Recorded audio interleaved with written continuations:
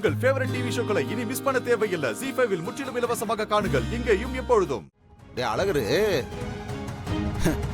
நீயும் கூட்டாளி ஆதியும் திரும்பி வரும்போது இங்க எல்லாமே மாறி போயிருக்கும்டா.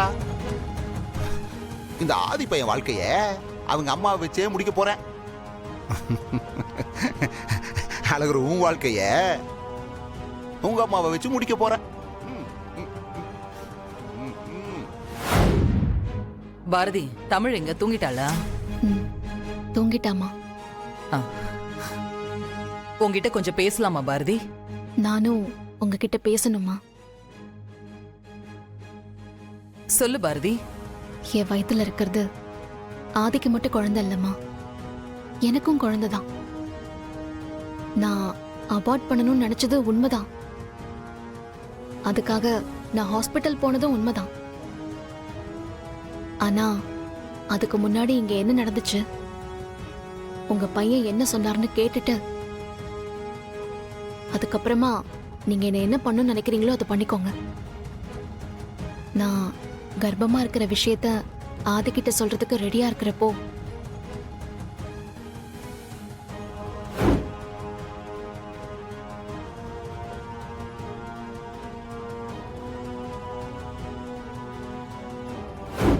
நேற்று பொம்மையை என் பக்கத்தில் வச்சதுக்கே அவள் எப்படி ரியாக்ட் பண்ணான்னு பார்த்தீங்கல்ல.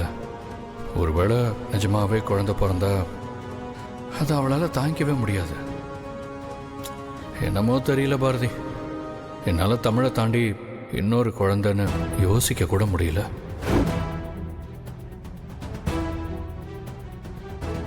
ஆதியே எனக்கு இன்னொரு குழந்தை வேண்டான்னு சொல்லும்போது என்னை என்னமா பண்ண சொல்றீங்க? ஆதிக்கு இதுல விருப்பம் இல்லையோன்னு முடிவு பண்ணிதான் நானும் இந்த முடிவுக்கு வந்தேன். ஆனா நான் அங்க ஹாஸ்பிட்டல் போனதுக்கு அப்புறம் எனக்கு மனசு கேட்கலம்மா. அதனால்தான் திரும்பி வந்துட்டேன். அங்கதான் ஆதி என்னை பார்த்துட்டு என் கூட சண்டை போட்டாரு. அப்புறம் நாங்க சமாதானம் ஆயிட்டோம். தமிழும் இப்ப புரிஞ்சுக்கிட்டு தம்பி எப்ப வருவான்னு கேட்க ஆரம்பிச்சிட்டான். எல்லாமே இப்ப சரியாதாமா இருக்கு. நானும் அதை பத்தி தான் பேச வந்தேன் பாரதி. தமிழ் அப்படி சொன்னதுல எந்த தப்பும் இல்ல. அவ வயசுக்கு அவளுக்கு அவ்வளவுதான் புரிஞ்சிருக்கு. ஆனா இதை நம்ம இப்படியே சாதாரணமா விட்டுறக்கூடாது. நாளைக்கு உனக்கு குழந்தை பிறந்ததுக்கு அப்புறம் தமிழ் மனசுல அது வரக்கூடாத சிந்தனைய வர வச்சாலோ இல்ல வரக்கூடாத எண்ணத்தை அது தந்தாலோ கஷ்டம் நமக்கு தான். அதனாலதான் நான் ஒரு முடிவுக்கு வந்திருக்கேன். உனக்கு குழந்தை பிறந்து கொஞ்ச நாள் வரைக்கும் தமிழ ஏதாவது வெளியூர்ல இருக்கிற ஒரு நல்ல கான்வென்ட் ஸ்கூல்ல சேர்த்துடலாமே. அவளுக்கும் உங்களை எல்லாம் பிரிஞ்சிருந்தா உங்க மேல ஒரு பாசம் வரும், தம்பி மேலயும் ஒரு பாசம் வரும். வேண்டாமா, நாம இத பத்தி ஏற்கனவே பேசிருக்கோம். இது சரியா வராதுன்னு நாங்க எப்பவோ முடிவு பண்ணிட்டோம்.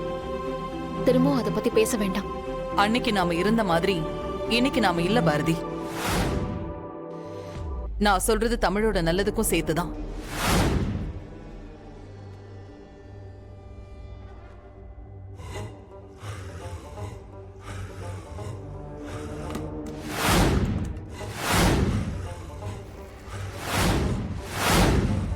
என்ன முறைக்கிற? இந்நேரம் ஆதிக்கு மட்டும் நீங்க அம்மாவா இல்லாம இருந்திருந்தா இந்நேரம் நான் என்ன பண்ணி உங்களை இந்த வீட்டை விட்டு துரத்திருப்பேன்னு எனக்கே தெரியாது. என்ன பாரதி இப்படி எல்லாம் பேசுற? வேற எப்படி பேச சொல்றீங்க? என் பிள்ளைய கான்வென்ட் ஹாஸ்டல்ல சேர்க்கறதுக்கு நீங்க யாருங்க? நானும் இங்க வந்ததுல இருந்து பாத்துக்கிட்டே இருக்கேன். ஏதாவது பண்ணி எங்களை பிரிக்கணுங்கிற வேலையை பாத்துட்டு இருக்கீங்க. என்ன பிரச்சனை உங்களுக்கு? வேண்டாம் பாரதி, வார்த்தைலாம் தப்பா வருது. கொஞ்சமாவது வயசுக்கு மரியாதை கொடுத்து பேசு. முதல்ல நீங்க வயசுக்கு ஏத்த மாதிரி நடந்துக்கோங்க. என்ன பணம் இருக்குங்கிற திமிரா? அரண்மனை மாதிரி வீட்ல இருந்தா பெரிய இவங்களா நீங்க? உங்களுக்கு மட்டும் என்ன உடம்புக்குள்ள தங்கமும் வைரமுமா இருக்கு? எல்லாரும் மாதிரியும் ரத்தமும் சதையும் தானே இருக்கு. முதல்ல மனுஷத்தன்மையோட நடந்துக்கோங்க, அப்புறமா பெரிய மனுஷியா இருக்கலாம். பாரதி, நீ ரொம்ப பேசுற. உங்களெல்லாம் வெறும் பேச்சோட விட்டேன்னு நினைச்சு சந்தோஷப்படுங்க. எங்க ஆளை காணோம்? அதான் மாப்பிள்ளை ஊருக்கு போயிருக்காருன்னு சொன்னனே. நான் அந்த தருதலை கேட்கல. அவனை இழுத்துட்டு வந்தாளே உங்க அருமை மக, அவளை கேட்டேன். சம்மந்திமா, என்ன சம்மந்திமா நீங்க ஏதோ மூணாவது மனுஷிய சொல்ற மாதிரி சொல்லிட்டு இருக்கீங்க? உரிமையா மருமகன்னு சொல்லுங்க. சொல்லலாம். எங்க அந்த மகாராணி? இது கூப்பிடுறேன். ஆண்டாள், ஆண்டாள்.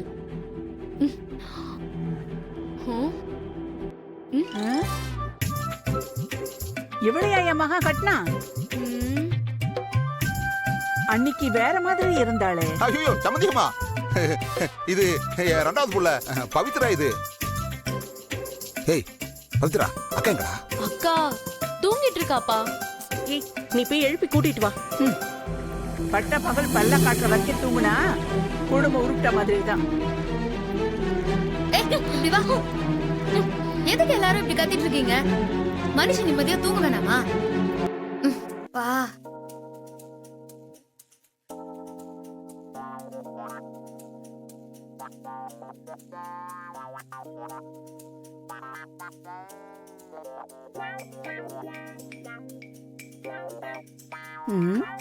பொண்ண நல்லா வளர்த்து வச்சிருக்கீங்க.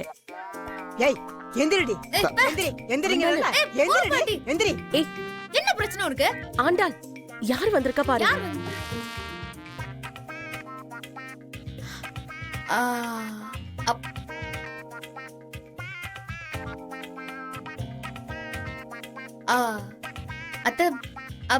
அத்தை, நீங்க எப்போ வந்தீங்க? நான் காலையிலே எந்திரிச்சு குளிச்சு கிளம்பி 4-5 வேலையை பார்த்துட்டு வந்துட்டேன்.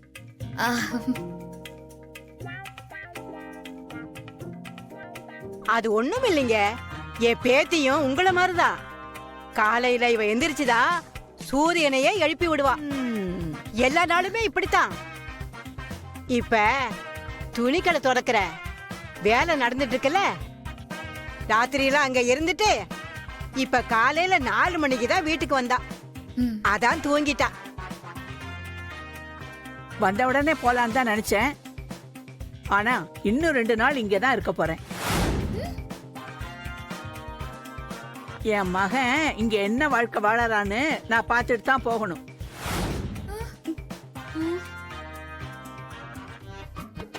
இங்க இரு, என் வீட்டுக்கெல்லாம் மருமகளா வரணும்னா காலையில எந்திரிச்சு ஆம்பளைங்க வெளியே போறதுக்கு முன்னாடி குளிச்சு முடிச்சு சாமிக்கு விளக்கு போட்டு கந்தசஷ்டி கவசமோ இல்ல துர்கா மந்திரமோ பாடி முடிச்சு சமையல் வேலையெல்லாம் முடிச்சு வைக்கணும். இல்லைன்னா எனக்கும் பிடிக்காது, என் புருஷனுக்கும் பிடிக்காது. அப்படிதான் சொல்லிவிட்டேன். என் பொண்ணு உங்களை மாதிரி தான் சம்பந்தி. இன்னைக்கு ஒரு நாள் தான் அவளுக்கு முடியாம அசந்து தூங்கிட்டா. நீங்க வேணா ஒரு 10 நிமிஷம் இருங்களேன். அவ குளிச்சுட்டு வந்து விளக்கேத்தி சாமி கும்பிட்டு தான் டீயோ காஃபியோ எதுவா இருந்தாலும் சாப்பிடுவா. நானா? ஆமால, போ. ஜீ5 ஆப்பை டவுன்லோட் செய்து அனைத்து எபிசோடுகளையும் இலவசமாக பாருங்க.